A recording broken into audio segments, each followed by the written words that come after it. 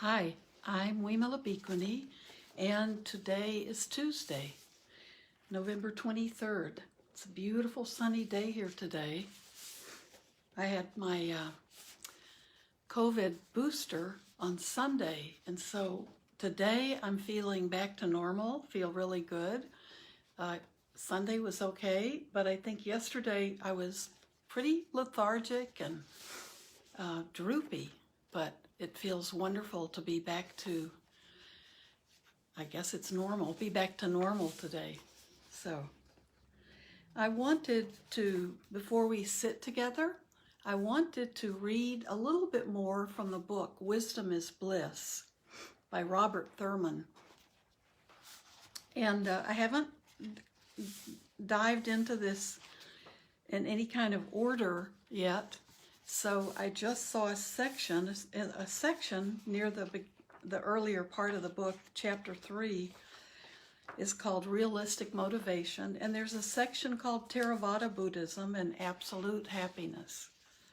And Robert Thurman practices in the Tibetan tradition. So I thought it'd be interesting to read this short section.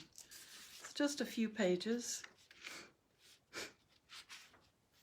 Theravada Buddhism and Absolute Happiness. Theravada Buddhism, the most basic branch of Buddhism that has been around for thousands of years, which I call individual vehicle, never the standard lesser vehicle. That in the Tibetan Buddhism, I remember it was Hinayana, and it was referred to as the lesser vehicle. So he's not doing that. He calls it the individual vehicle. Is still relevant and highly valuable today because it leads you to seek a state that is different from what you know. It doesn't matter how you imagine it when you seek it. You can inaccurately imagine nirvana, or we say in Theravada Buddhism, nibbana. You can inaccurately imagine nirvana as separate from the world. It still motivates you to find absolute happiness.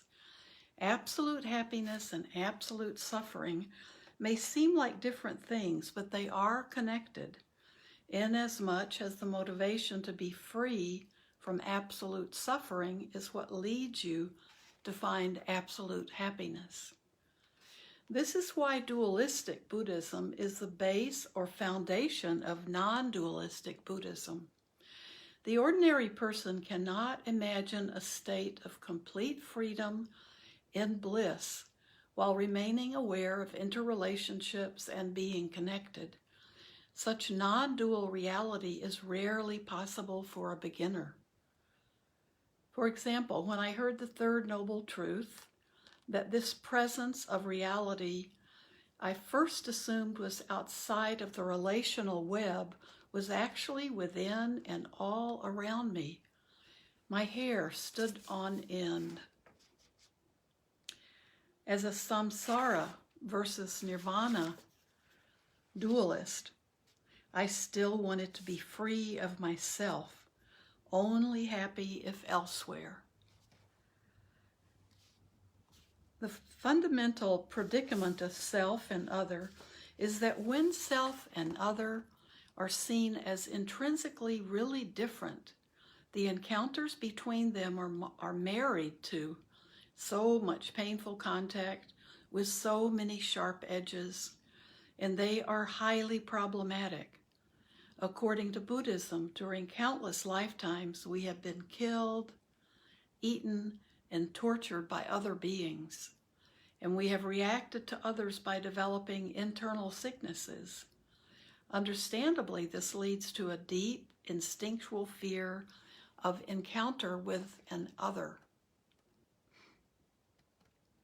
The second noble truth, the cause of pain, is the delusion about the absoluteness of the separateness of self. That is, the delusion regarding the intrinsic objectivity of the self. This becomes a self-fulfilling prophecy. When one is under this delusion, contact with others does tend to become a bit stressful. If we can make our own body into something separate in our minds, then everything else is suffering. So at the beginning of my practice, I was trying to get away from the whole thing.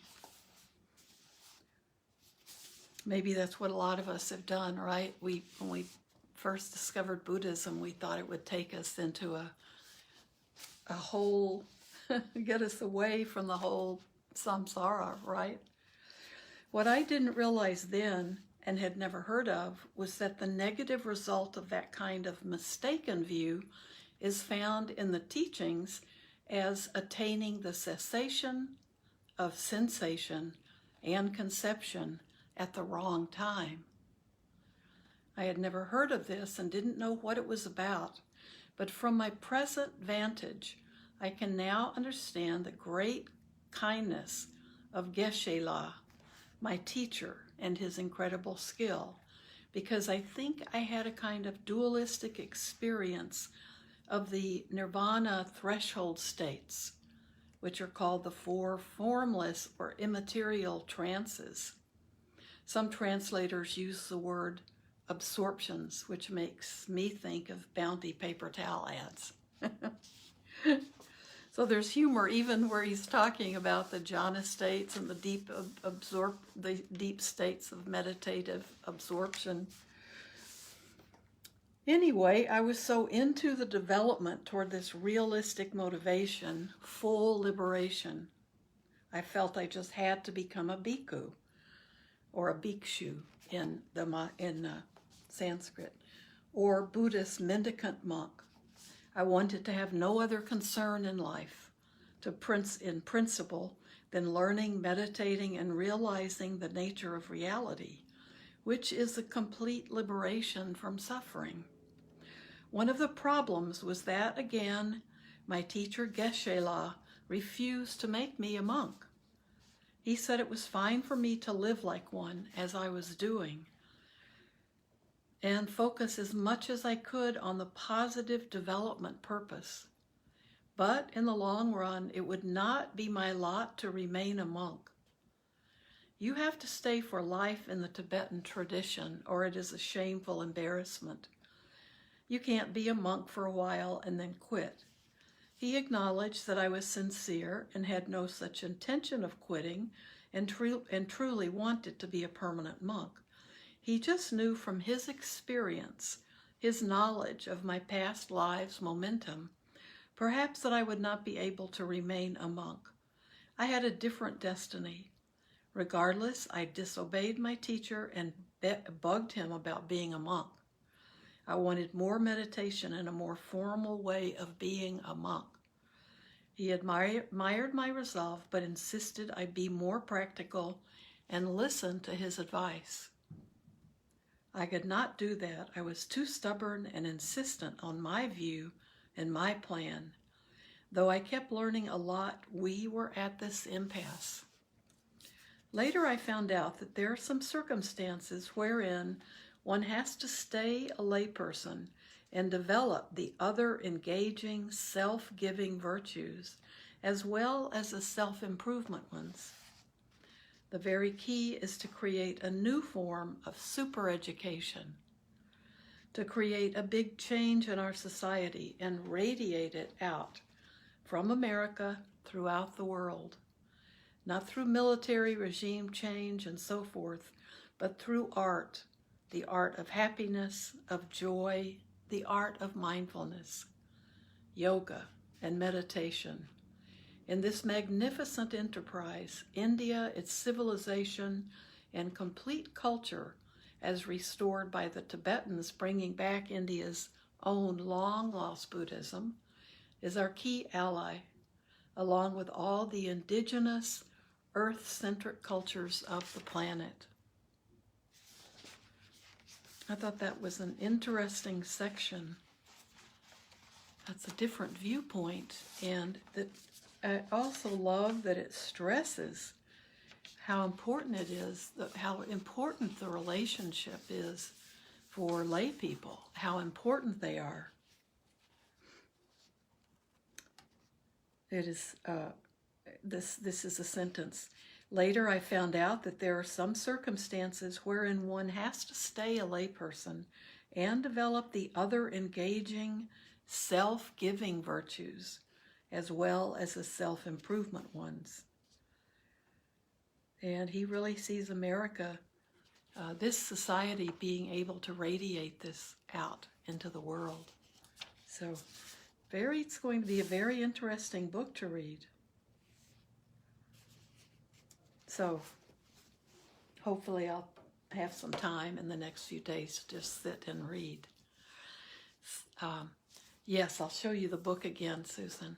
The book is called Wisdom is Bliss by Robert Thurman. And it was a gift to me from my dear friend Allison Lewis. And we both laugh at the subtitle. So Robert Thurman is a scholar and has written a lot, and a lot of his work is scholarly and research. And so this book has a great subtitle. Wisdom is Bliss is the book title. The subtitle is 4 Friendly Fun Facts That Can Change Your Life. Isn't that wonderful? And the reading is not difficult, but it's very already, just in the first section, I feel like he's opening up some different ideas and very creative thoughts. So, and I think even if we practice as Theravadan, if our practice is Theravadan, it certainly doesn't do us any harm to understand and know more about other schools of Buddhist thought. Just enriches our world. So, 4 friendly fun facts that can change your life. So that's good. And it's published by Hay House. So why don't we sit? Thanksgiving is coming up, so it's always a good time to remember kindness and compassion along with gratitude. And we can extend compassion where there's gratitude for everything that we have and everything we benefit from. We also can be filled with compassion at the same time. Compassion for those who don't have even the basic necessities for life. Compassion for those suffering from maybe have all the material things they could ever want, but they're suffering from their mental health is not beautiful. Yeah, and Steve put the contact for the book too, so hopefully you can get that. So we know that we have so much more than any other countries perhaps in the world, and yet most of us understand the concept of suffering. It may not be because we starve and miss a lot of meals, but it certainly can be the suffering that we create for ourselves. So share compassion and right along with gratitude. So why don't we sit together? And then if you can keep sitting longer, we just have about 12, 13 minutes to sit together. But if you have more time, just stay with it. Just in book group last night, we were talking about the importance of really dealing with our difficult emotions. And people were asking and others suggesting ways that they found that help them deal with strong emotions. And, what we come back to a lot is to work with our breath. So we can't just say, oh, I'm Buddhist, I'm a happy person, I'm not going to have difficult emotions. I just won't be angry. That's not realistic because we are human beings, and these are these are human emotions. The emotions themselves are not defilements. It's how we work with them and what we do. If we just unleash them on the world, or if we have developed ways to work with our own defilements.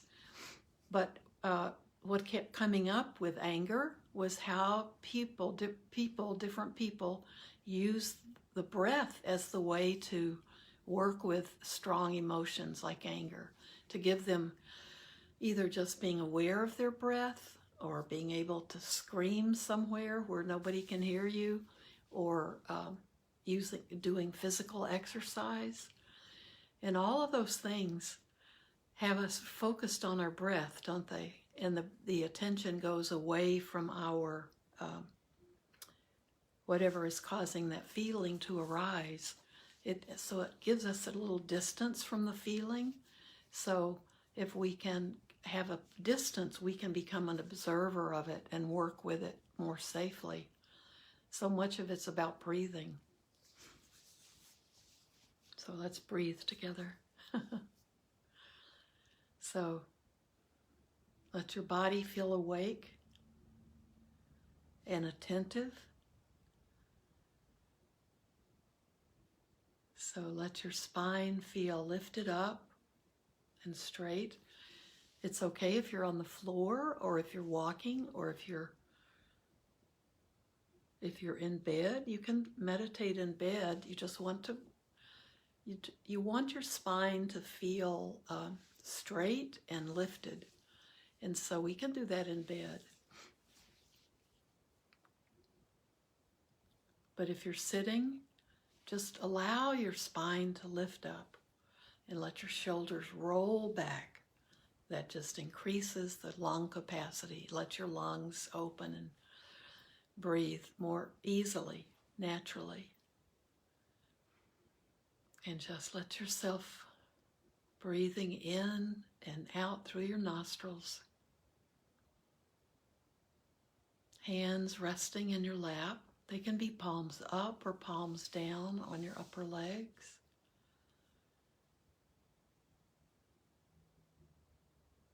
Feel your connection with the earth.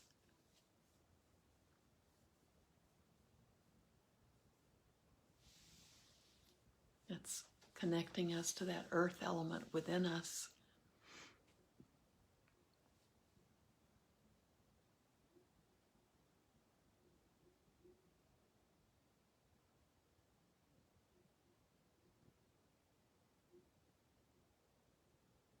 And then remember that we stay very lightly with the breath as we begin. And as we continue, we will get distracted. But when we realize our mind is distracted, our mind as a sense, one of the sense doors, is going out and creating stories. The mind's taking us off to daydream somewhere, or getting caught up in some of our favorite stories that we hash out in our mind all the time. So when we recognize that distraction, that's wonderful. That's what we're doing. That's what we're trying to be doing. But then we come back to our breath, just to come back to the center.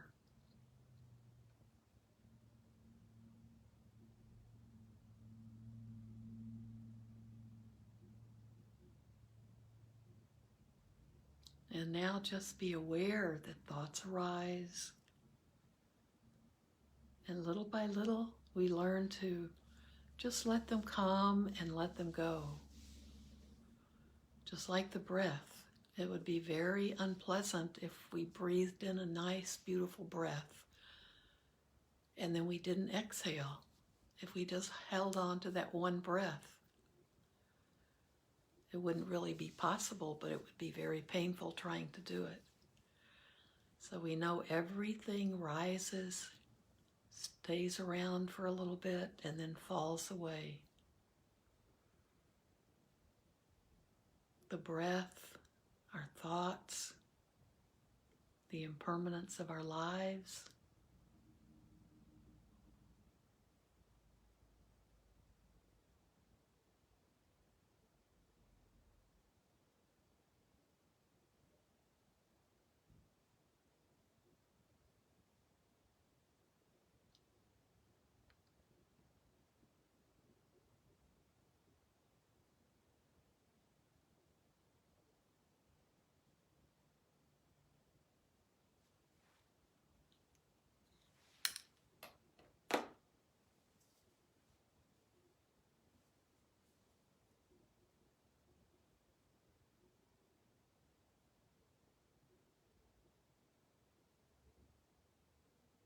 So no matter how many times you become distracted, maybe by an unpleasant noise or by a really beautiful noise that distracts you,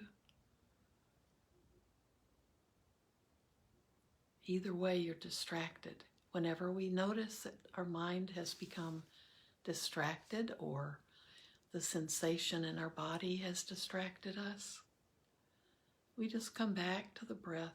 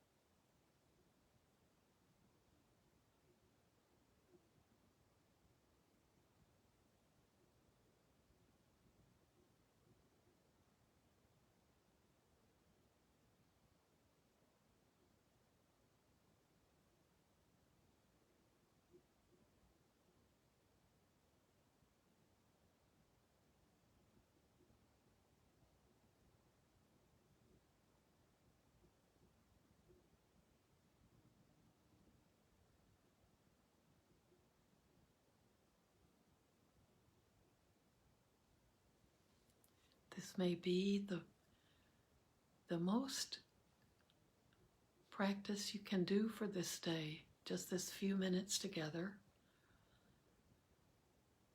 So every breath is beautiful. Every breath, when we are staying in the present moment, can really stay with us for the rest of the day.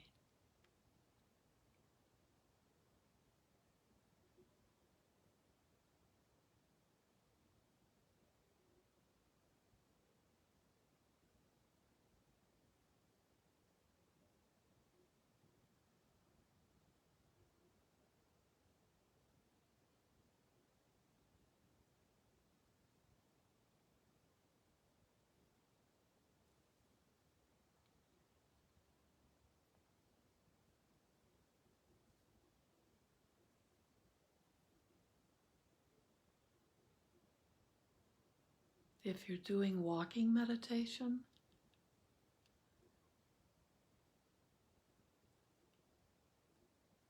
just let yourself be aware of the physical movements of your feet.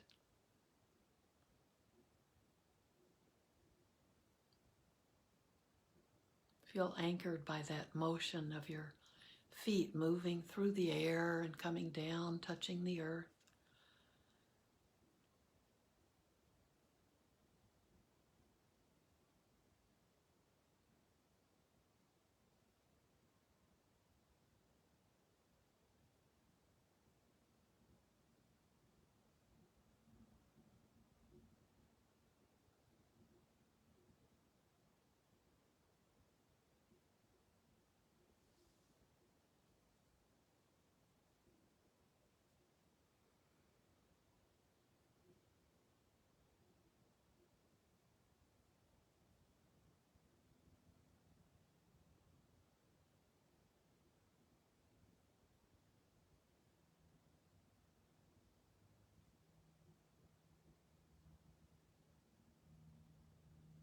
It's very helpful to let a smile play on your face.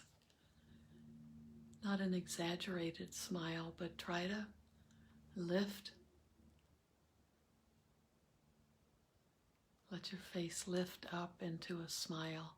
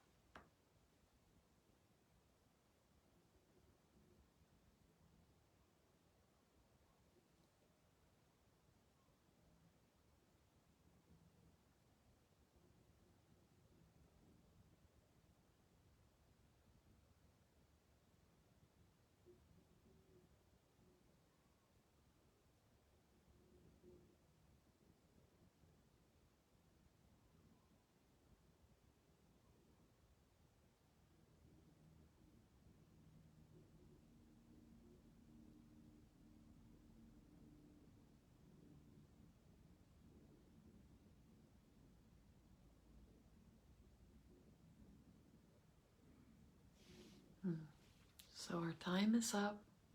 Thank you so much for sharing my practice. And I hope you have a beautiful holiday. And if you're a teacher or a healthcare worker or anybody working with others, I hope you're not burned out. I hope you feel appreciated in the work you do and in everything you do to help others. So may everyone here and all beings be well, content and happy, and be living in peace. And may everything we do and say and think today be done for the benefit of all other beings, as well as for ourselves. Thank you. I may not see you on Thanksgiving Day on Thursday. I will be driving with my kids to Wisconsin, to Lake Geneva area, to have our annual well, we haven't had it for 2 years, I don't think, our back to normal small family gathering. So I'll see you on Friday. Have a wonderful holiday. If you're someone who just likes to have a quiet day where you can just relax at home, I understand that sentiment as well. Just be with yourself. Enjoy your solitude. And if you're with others, enjoy being with others. Thank you.